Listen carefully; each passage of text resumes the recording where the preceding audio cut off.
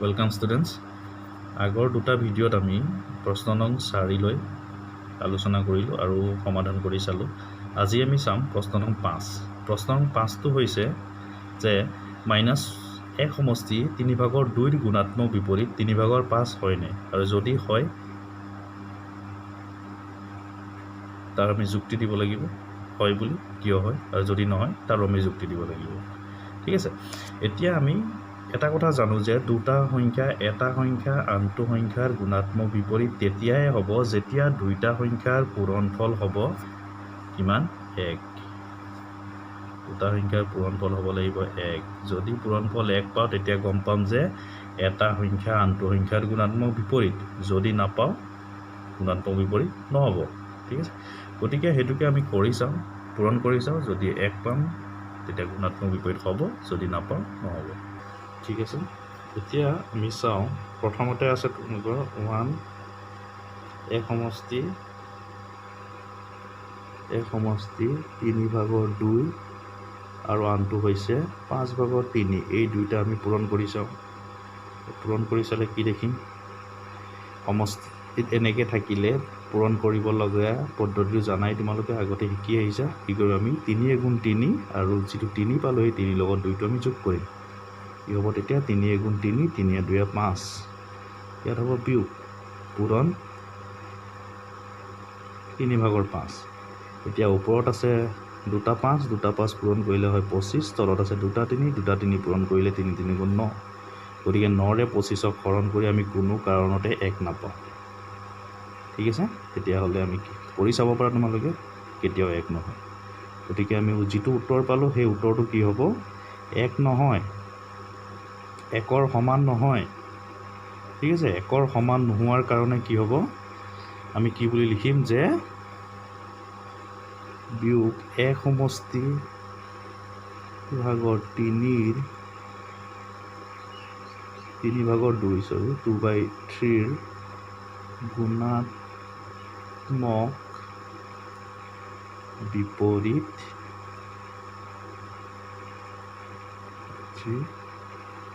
5/3 নহয় ইয়াৰ কাৰণটো কি বুলি লিখিম আমি কাৰণটো আমি গণিতৰ ভাষাতে লিখিম এনেকে যে 3 × 5/3 not equal to 1 জিবলা এনেকে আমি লিখিব লাগিব কাৰণ এই দুটাৰ পূৰণফল 1ৰ সমান নহয় গতিকে এই সংখ্যাটোৰ গুণাত্মক বিপৰীত নহয় ঠিক আছে নোট কৰি লবা তোমালোকে দুটা সংখ্যা পূৰণ কৰি চালো এই সংখ্যাটো আৰু এই সংখ্যাটো পূৰণ কৰি চাই আমি পালো উত্তৰ পালো কি -25/9 যেটো 1ৰ সমান নহয় গতিকে 1ৰ সমান নোহোৱাৰ কাৰণে কি বুলি কওঁ আমি 1 সমষ্টি 3/2 গুণাত্মক বিপৰীত 3/5 নহয় বুলি আমি ক'ব পাৰো আৰু ইয়াৰ কাৰণ হৈছে এইটো -1 সমষ্টি 2/3 × 5/3 not equal to 1 ঠিক আছে এইটো তোমালোকে নোট কৰি ল'বা ভিডিঅ'টো পজ এতিয়া কুৱেশ্যন নম্বৰ 6 টো চাও আমি তোমালোকে ভিডিঅ'টো পজ কৰি নোট কৰি ল'বা ভিডিঅ'টো পজ কৰিবা পজ কৰিলে ধুনীয়াকৈ নোট কৰি ল'বা চাই যাবা লগালগ নোট কৰি যাবা এতিয়া কুৱেশ্যন নম্বৰ 6 টো হৈছে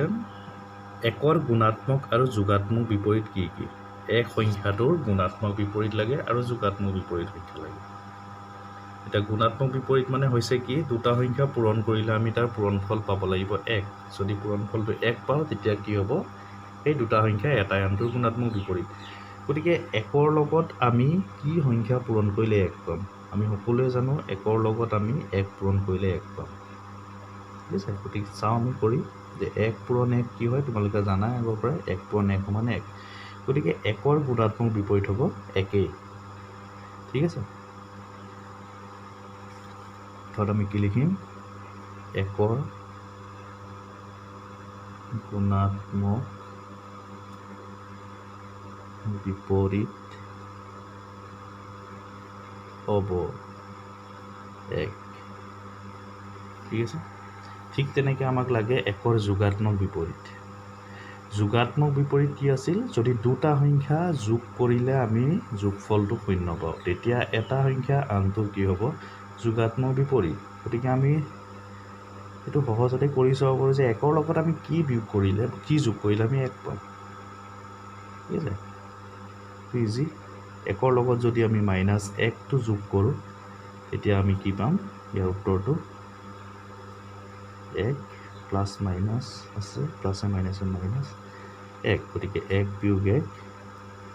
0 ঠিক আছে গতিকে একৰ যোগাত্মক বিপৰীত সংখ্যা হ'ব -1 ক্লিয়াৰ একৰ যোগাত্মক বিপৰীত -1 আমি এতিয়া লিখিম একৰ যোগাত্মক বিপৰীত সংখ্যা হ'ব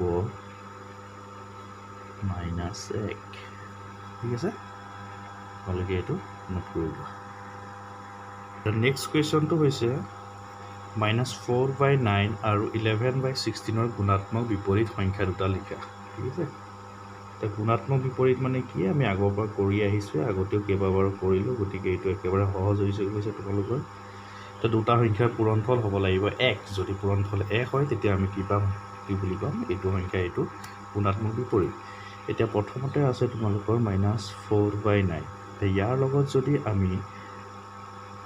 -9/4টো পূৰণ কৰোঁ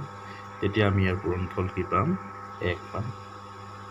পামনে -4/9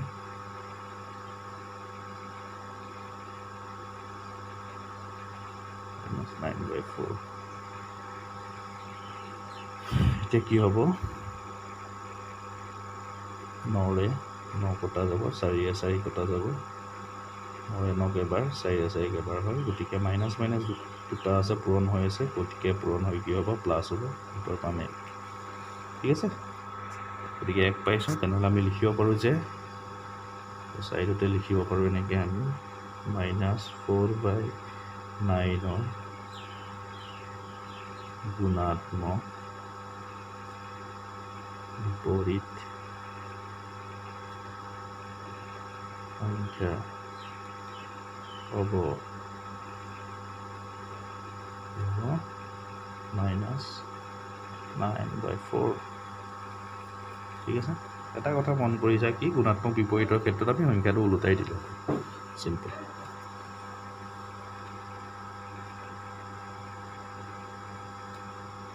নেক্সট কুৱেশ্যন -11/16 only 11/16 মাইনাছ নহয় 11/16 গুণাত্মক বিপৰীত সংখ্যা লাগে ইয়াকো আমি এনেকৈ কৰি যাব পাৰোঁ 11/16 আছে 11/16 ইয়াক যদি আমি 16/11ৰে পূৰণ কৰোঁ তেতিয়া আমি কি পাম এবাৰ 1 পালোঁ গতিকে কি ক'লোঁ আমি 11/16 গুণাত্মক বিপৰীত সংখ্যা হ'ব 16/11 ঠিক আছে তাক আমি এনেকৈ লিখিব পাৰোঁ 11/16 গুণাত্মক বিপৰীত সংখ্যা হ'ব 16/11 গুণাত্মক বিপৰীতটো ইজি আমি জাষ্ট চেঞ্জ কৰি দিব লাগে ওলোটাই দিব লাগে ল'বটো সৰহটো ল'ব ঠিক আছে এতিয়া হৈ গৈছে কুৱেশ্যন নম্বৰ 6 and 7 5 হৈ গ'ল আমাৰ নেক্সট আমি ডিছকাছ কৰিম question number 8 question number 8 and 9